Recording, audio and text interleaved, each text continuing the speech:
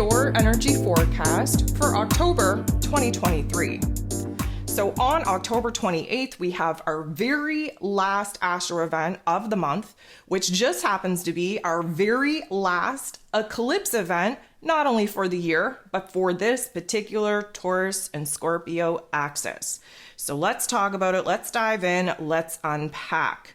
On October 28th, we have our full moon lunar eclipse taking place in Taurus energy.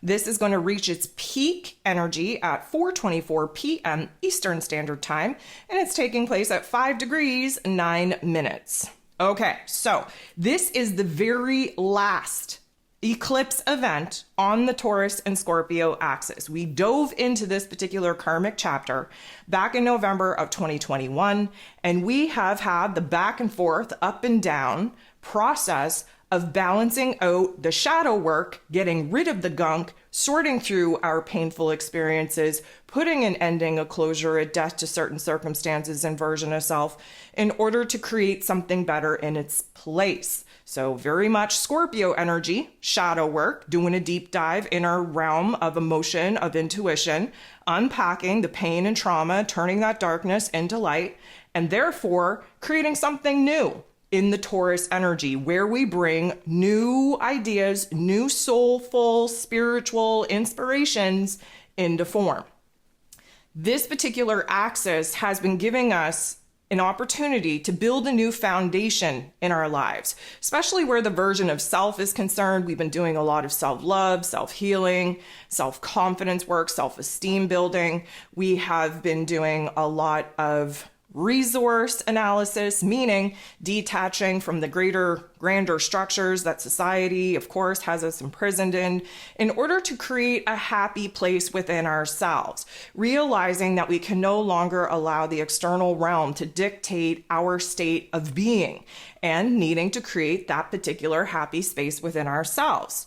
Of course, this is a Venus-ruled event. She rules over Taurus energy, and she just ruled over the new moon solar eclipse in Libra that we just had October 14th. So that's the goddess of love, beauty, worth, pleasure, and money. And it's interesting because she is currently in Virgo energy. She's not in her strongest placement in Virgo energy. It's more analytical than it is emotional, but it's exactly what we need for this particular time, for this particular chapter right now, in order for us to not get caught up in the emotions and just call things out matter of fact.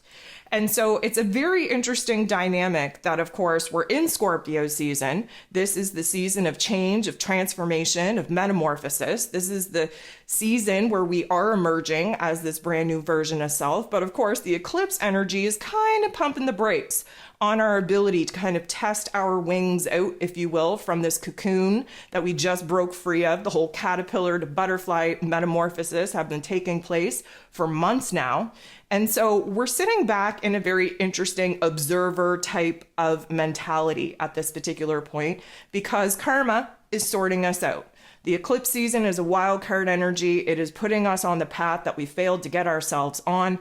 It's illuminating where it is that we have to do a little bit more work in grounding in, anchoring in this new version of self. It's illuminating for us where it is that we have new wants, new needs, new desires, new visions, new goals, new missions, new purpose, now that we have elevated ourselves to a new level of consciousness, a new vibration, new frequency, new awareness, new level of enlightenment. So this is like the finale, if you will, of the last 2.5 years. And if you're interested in doing a deep dive in the whole eclipse thing, especially unpacking what we're closing the door on and what we're opening up this new door to, I invite you to jump over to my Patreon. We did a whole astro class series on these eclipses, where they're taking place in your chart, what that means for you. So if you want to do a deep dive, please join me and the community over there. However, just kind of realize that this is closing the door on what has been a very damaging, very destructive, all in the purpose of rebuilding in our strength, in our confidence, in our new awareness over the last 2.5 years. So this is going to be like, I'm going to say a gentle nudge, but it ain't very gentle. in the right direction, where we need to improve, where we need to continue building, where we have to strengthen what it is that we've already created.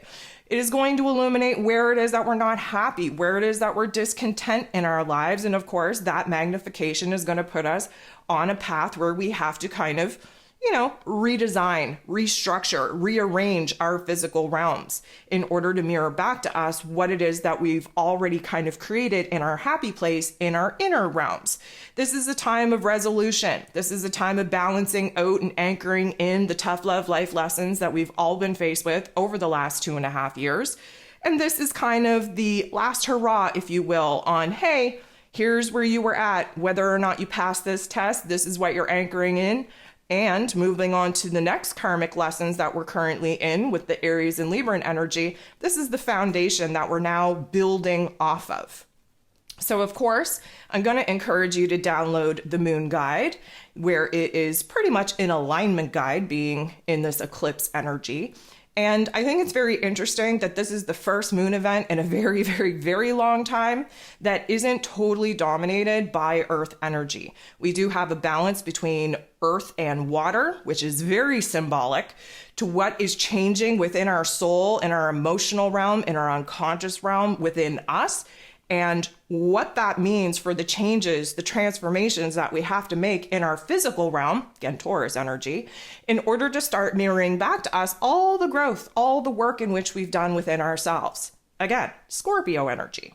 So we have a lot going on, and in the Moon Guide, you're going to see all the different aspects that are kind of playing out under this particular moon event. I think it's notable to kind of make a point of the fact that we have, yes, Venus ruling over this eclipse season, but we're in Scorpio energy. So Mars and Pluto rule over this Scorpio energy, and we have the Sun, Mercury, and Mars all in this Scorpio energy under this full moon event. So there is a lot of aggression, a lot of straightforwardness, a lot of new passions, a lot of new desires coming to the forefront. And for most of us, coming out of a state of frustration, agitation, the whole I can't take this anymore type of narrative.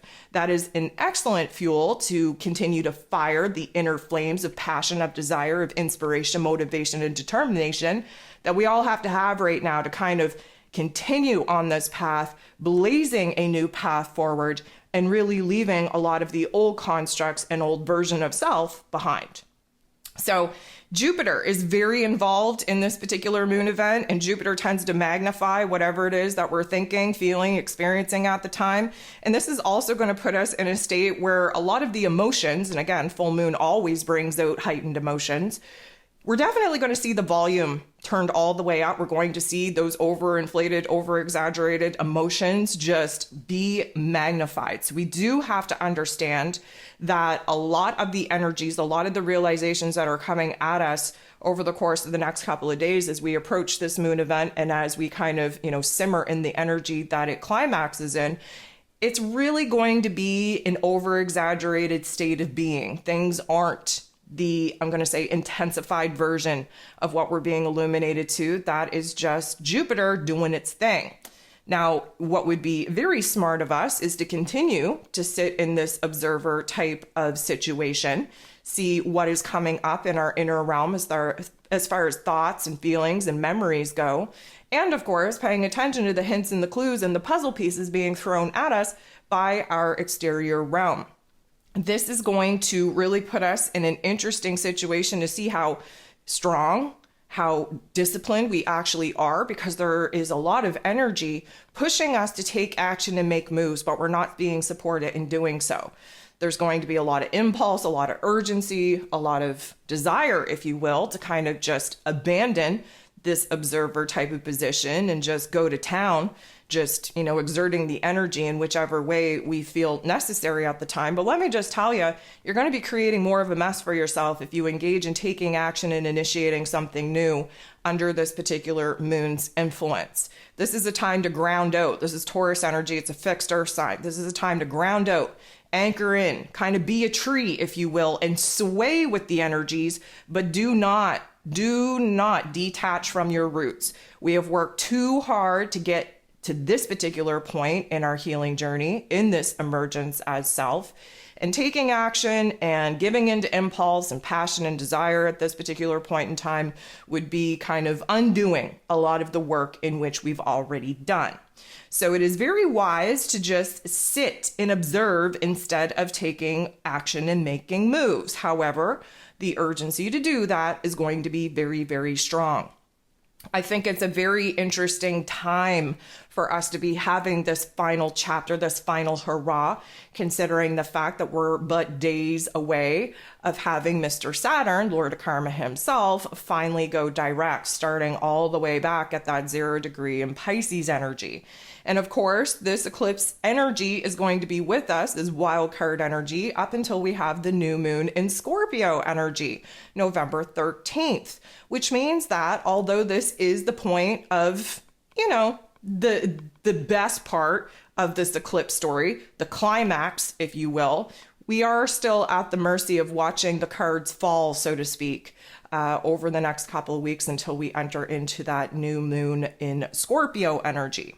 So there's a lot to unpack. And again, that's another reason why I invite you to download the Moon Guide, as it does act as a guide, as an assistant, if you will, to doing a deep dive within the energies that are currently asking for your attention. And again, eclipse energy, I'm not going to say don't manifest, but your energy is best used to get in alignment instead of trying to bring something new to life. So this is going to be a very interesting energy to observe on the greater, grander stage, if you will. But you can also kind of see where this particular chapter is coming to an end by examining your own birth chart. And again, if you need help on doing that, there's lots of content here on my YouTube channel. Look up the What the Fact playlist on how to navigate your own birth chart. And of course, if you want a little bit more in-depth and in-detailed type of hands-on astro work, you can jump over to my Patreon and dive into all of the astro classes that we have already kind of created, that we've dove into. And that would be a good time to kind of refresh our minds about now that we are closing the door on this Taurus and Scorpio axis. So because this is the last hurrah, there is going to be a lot of urgency. There is going to be this want, need, and desire to just kind of get it over with. But again, we just want to stay as present as possible, which may be the hardest challenge as of yet. Please, please, please just understand that the initial urgency for you to act upon whatever it is that's coming up within you is a default egoic program that will cause you more problems than it does create good solutions. And so we do have to just kind of, like I said, sway like a tree in the wind until this eclipse energy passes and we can gain a little bit more clarity on where it is that we would like to go from here.